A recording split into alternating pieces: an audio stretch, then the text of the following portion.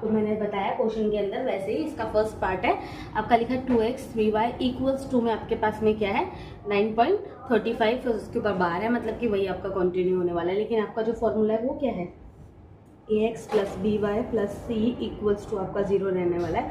तो ax के लिए आपको पता है आपके पास में 2x है और 3y है आपके पास में, लेकिन c के लिए क्या है वो ये है। यहाँ पर आपका प्लस का है, यहाँ आकर के वो माइनस हो जाएगा इक्वल्स टू में 0। अब आपको a b और c इसमें बताना था, तो a की वैल्यू यहाँ पे आपकी 2 आ गई, b की वैल्यू यहाँ पे आपकी 3 आ गई और c की वैल्यू आपकी क्या आ गई यहाँ पे माइनस 9.35 के ऊपर बार है।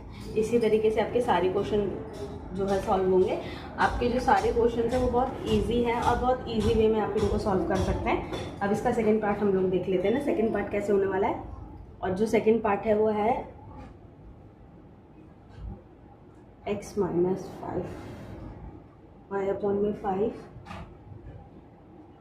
Minus 10 equals to 0। तो इसको अब हमको कैसे शो करना है, तो पहले तो आपको x बताना है। तो x आपके लिए ये रहा, y आपके पास है कांस्टेंट, आपके पास में आपका 10 है और उसके बाद में आपके पास में क्या है इक्वल्स टू में 0 है, ठीक है।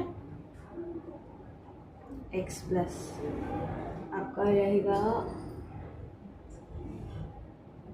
Minus 1/5 y plus minus 10 equals to आपका 0 रहेगा।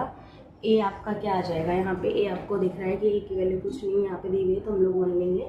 b के लिए आपके पास में क्या आ गया माइनस 1/5 और c के लिए आपके पास में क्या आ गया माइनस 10 आ गया। ऐसे ही आपका थर्ड पार्ट भी है, थर्ड पार्ट भी सेम शो करना है आपको। थर्ड पार्ट के लिए आपके पास में माइनस 2x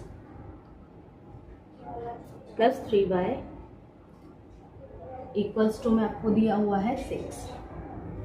पहले तो हम इसे फॉर्म कर लेंगे आपके फॉर्मूला के हिसाब से, ax plus 3y plus c equals to 0।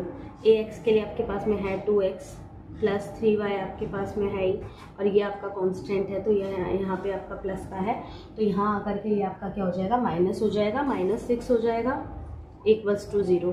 तो यहाँ पे आपको पता चल गया a आपका क्या है -2 है, b आपके पास में क्या है 3 है और c आपके पास में जो है -6 है। देन ऐसे ही आपका फोर्थ जो पार्ट है वो भी सॉल्व होने वाला है।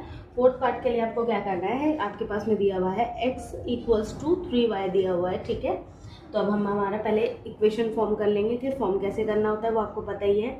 ax plus B Y plus C equals to 0। अभी तक तो आपको ये याद भी हो गया होगा, लेकिन एक बार देख लेते हैं इसे फॉर्म कैसे करना है। x आपको दिया हुआ है, ठीक है।